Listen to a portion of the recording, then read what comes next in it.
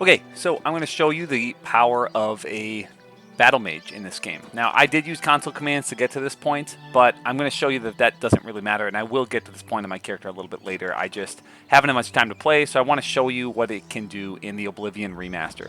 So first, what we have to do is unlock the Mages Guild. You need the either the Arcane University or that DLC Frostcrag Spire. If you don't know anything about that, that's pretty basic. You should unlock those things. Then you're going to need to get 50 Destruction. I just use console commands to set it to 50 Destruction. You don't really need to be high level. You don't really need much else at all. And I'm going to show you why. This was me just messing around testing some things. So don't worry about that. You're going to go to the Imperial District. And in the Market District, there is the Mystic Emporium. You're going to buy Weakness to Magic from Arlenway. And then you're going to go to Skingrad. And in the Mages Guild, there's a guy named like Sullianus something, and you're going to buy Weakness to Shock from him, or Fire. It doesn't really matter, whatever you want. Then, in the Arcane University, you're going to make a Weakness to Magic on target, and Weakness to Shock on target spell, 100% for some amount more than 5 seconds. I'm going to pick 7 seconds. Then, you're going to make a touch spell that matches that element, so I picked Shocking Grasp, 20 damage for 2 points. Notice these Magicka costs.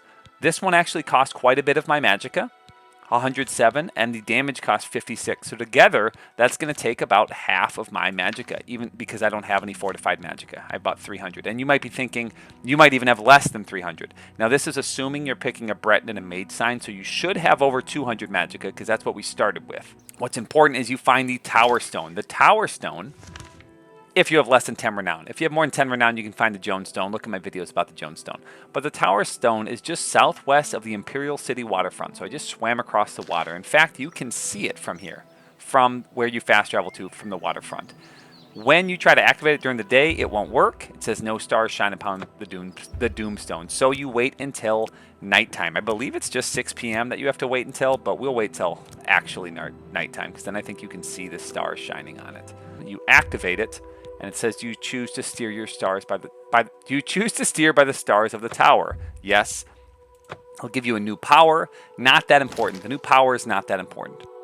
What this new power unlocks is called the Master's Hand. This is Fortify Armorer. This unlocks the Fortify skill enchantment. And I'm going to show you why that's important in a minute. After you have Fortify skill, you can enchant all of your gear. I enchanted my gear with Fortify Destruction.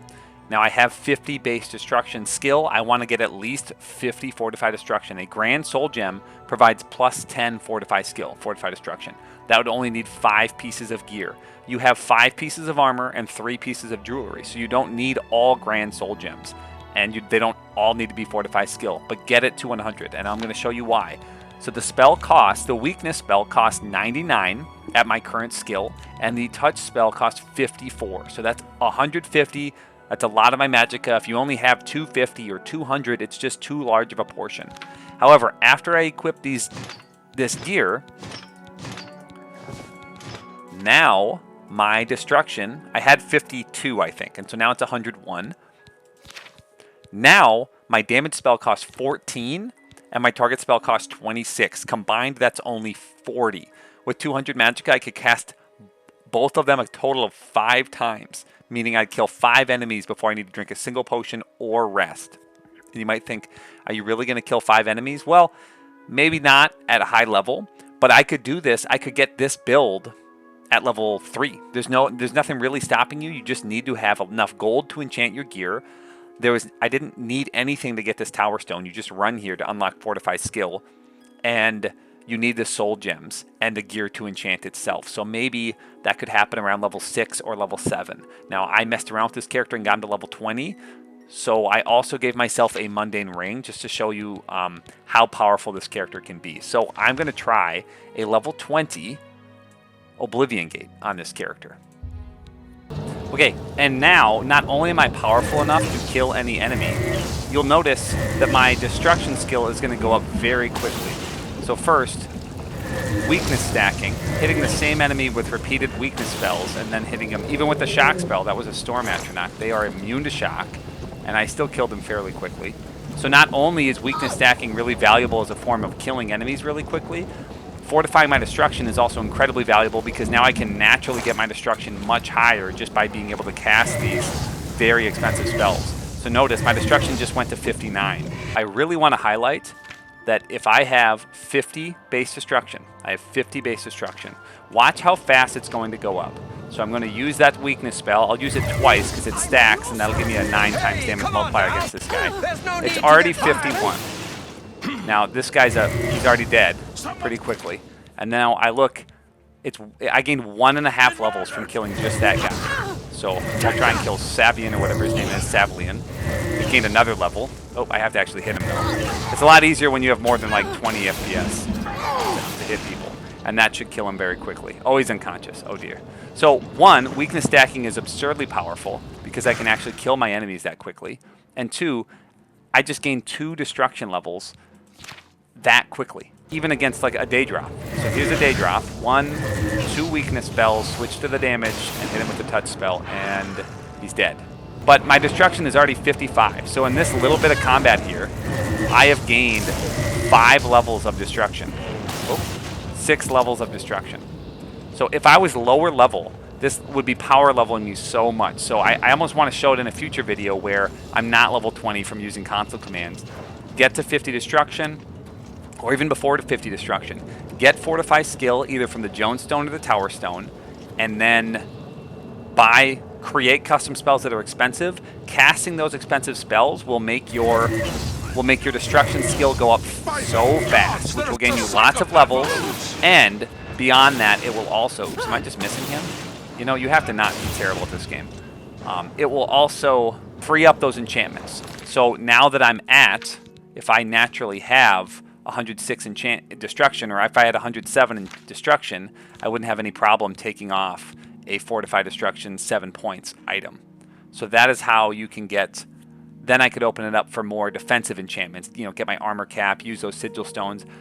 The shock shield sigil stones, the fire shield sigil stones will give me 25% armor each. Obviously the mundane ring's a big one as a Breton. As a battle mage, it makes you fully immune to magic. No magic will ever hurt this character, so I'm pretty much indestructible. Repeat it one more time in case it wasn't very clear. Go to the tower stone. It was right over here. Run. You can swim from the waterfront and you can see it. After you've unlocked that, get spellmaking and enchanting. Whether that is from joining the Arcane University, doing all the recommendation quests, or finding that wizard tower from the DLC, which costs a lot of gold. Use enchanting to use fortify destruction. Get the best spell that you can reasonably afford. It will make your destruction go up so fast, and you'll be such a powerful character.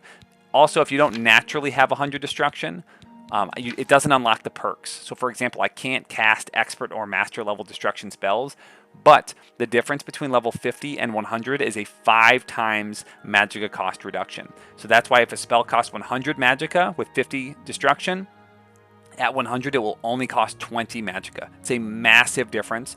Obviously you hear 100 magicka, I can cast that 3 times. At 20 magicka, I can cast it 15 times before running out of magicka. So it's a major difference. I highly, highly, highly recommend doing this. Unless you feel like it's cheating, then do something different. Whatever. Before I end the video, I want to quickly shill my Destruction Deep Dive Part 1 or my weakness stacking demonstration, because I talked about a lot about the benefits of weakness stacking and fortifying your destruction, but I think it really highlights it a lot more in those 2 videos, both with the spreadsheets and in the gameplay. You know, I'm definitely very limited right now with my rig. It's just not good enough to play the remaster at more than 10 FPS. In those videos, it's showing vanilla Oblivion. It functions the same way, and you can just actually tell what's going on because my rig is meant to play a 2006 game. Just to really quickly show you one more time, if you want to do, I don't know, 20 shock damage for 2 seconds, that only costs 14 magicka on touch. But if you only have 50 skill, it costs 57, because this multiplier goes from 0.8 to 0.2, so it's 1/5 the cost. If we're just talking about that shock spell, just that shock spell, that does 40 damage. If you combine that with 100% weakness to shock, it will do 80 damage. If you combine that with 100% weakness to magic as well, it would do 160 damage. So simply doing that weakness spell and then my shock damage spell was 160 damage to them. Now spell effectiveness will lower that a little bit. I also want to show that if you're able to add a frost damage 20 for 2 seconds and a frost attack 20 for 2 seconds, well now we're talking about 480 if you are able to use a weakness spell. And when I say a weakness spell, I call it quad weakness. That is the cost of combining 100% weakness to magic and 100% weakness to shock for 6 seconds on target here, 36 magicka. So all four, and shock, fire, and frost. So all four weaknesses, and then all three elemental damages. That is without the weakness, 120 damage over 2 seconds, and with the weaknesses, it quadruples it. It's 480 damage. I also talk about how weakness to magic causes your other weakness spells to stack. You can either cast the same one twice, which will turn that multiplier from ×4 to ×9, then to ×16 because of the way it keeps refreshing it, or alternate between two different weakness to magic and element spells, and then the multiplier gets quite insane. If you really want to see exactly how that happens, again, the Destruction Deep Dive Part 1 is what you'll want to watch. I go into a lot of detail about why that exactly works. All right, that's all I got. Thanks for watching.